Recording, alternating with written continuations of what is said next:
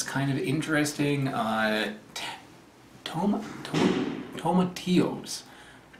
I can't say it. I'm really bad at Spanish if you haven't figured it out already. But tomatillos are a fruit that you can find in the US pretty easily. You can find them just about anywhere at a supermarket. You know, it's not too hard to find one of these. However, this is a little trickier. This is what I believe is a ripe tomatillo. These here are picked early, that's how they're used, but if you let it ripen, it turns yellow. I'm not sure if these are actually like used here, or if the seller just like forgot to pick them and thought they'd maybe like get away with it.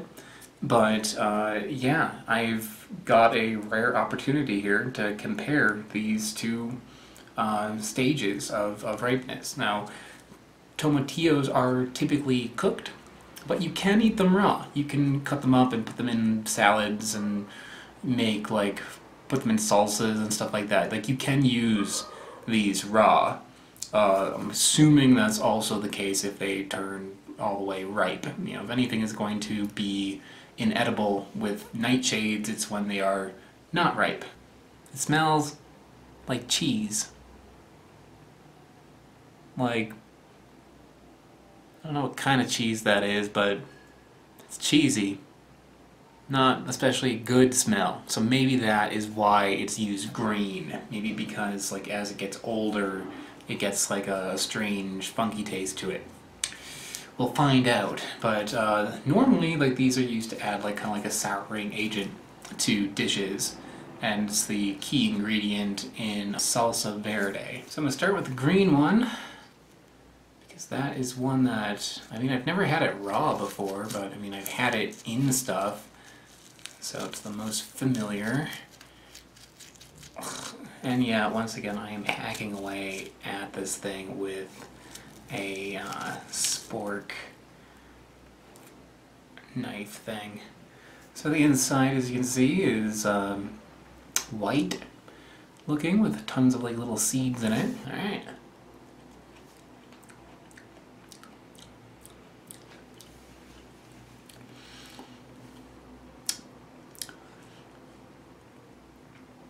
Definitely prefer it cooked, because it does have a kind of funk to it. Like, that cheesy taste is in the green one. I'm not looking forward to that yellow one now.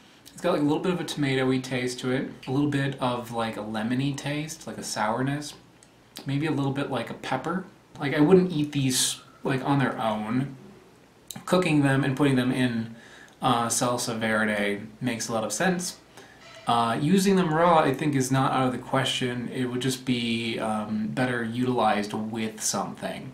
Like, if you were to throw this into salsa, I think that would be good, because you would have like the onion and tomato taste and everything to kind of like balance things out, where that cheesy taste that's in here might actually mix it and make that better. But when it's just straight on its own, yeah, I don't care for that. So let's try this one.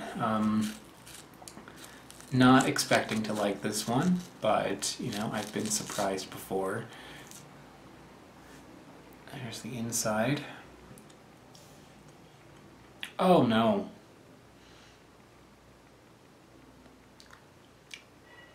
Oh, that's bad. I figured out what kind of cheese that is. It's like Parmesan, but a very like lactic Parmesan cheese. It's like the sharpness of Parmesan without like the creaminess, without the richness. It's just like flat, lactic, nasty cheese taste. I guess maybe almost a little bit like noni too. Ooh, that is bad. That is not good. Makes total sense to use the green ones. That makes sense. This thing, no. There isn't really like any sweetness to it, and the sourness is gone. It's just flavor. It's cheesy flavor. Yeah, if there is any kind of like tomato taste or nightshade kind of like taste in there, it is covered up. I would say take this as a lesson that if you are going to use your tomatillos, to use them green. Don't buy the yellow ones. Do not make salsa verde and have even like one of these in there because it'll funk up the whole thing. Well, guess what? Bam! I found another tomatillo, and this one is purple. You know, I'm kind of like, I have a mixed reaction to finding this. Like, one, I'm like, oh wow, purple ones. But I'm also like, oh no, purple ones, because I'm guessing this is probably going to taste similar to the yellow one, because this one, they were selling piles of these purple ones next to green ones, which I'm guessing were the unripe version of this. So it's probably gonna still taste like cheese, cheesy tomatoes or like whatever. But this one, it's very cool looking. I love that color. It's like purple as could be, very dark purple. So it's just kind of exciting, just like how it looks. And you know, it doesn't smell as bad as the yellow one. So that's good. So let me give this a quick rinse, and then I will give it a try, because it is, after I peeled this back, this is, I don't know if you can hear that, sticky. Okay, it's clean. So I'm going to cut off a little slice of it. The inside appears to be purpley and white. That's fun. Okay.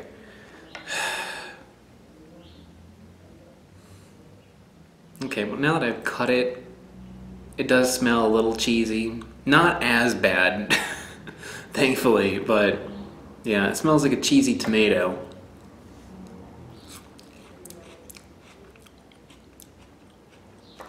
Yeah, that's not as bad. It's a little more cheesy than the green ones, but it's not nearly as cheesy as the yellow ones. So I think that this variety is one that would lend itself well to being made into salsa verde or salsa purple. I don't know how to say purple in Spanish, I'm sorry.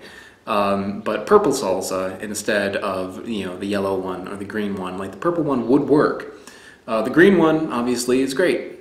Yellow one, I can't imagine that tasting good, even after you prepare it. This one though, I think this would actually be pretty good if you if we were to make the salsa out of the purple one. And that would also look pretty boss. You know, like if you just like, we're like, here, you want some salsa? And then you got like this like purple stuff. That'd be kind of neat. Yeah, so I think this is probably like a useful thing. I don't know how common these are. I've seen these once before in New York City at Italy, but they were like really crappy looking. So I think like it is possible to find them elsewhere, but this seems like something better. Like if you want to grow them, if you want to grow tomatillos and you want to kind of like make it a little more interesting, purple ones are a good way to go. Hey, so at the end of this video there's going to be a preview of next week's fruit, so stay tuned for that. But first, business! I want to give a shout out to all of my Patreon supporters. Patreon is how this channel happens. So if you want to help me out by giving completely voluntary contribution to my channel, check out the link that's around me right now or in the description below. Big shout out to the channel Smarter Every Day. They help me out a lot on Patreon, so if you haven't heard of them, check them out. I also have t-shirts for sale.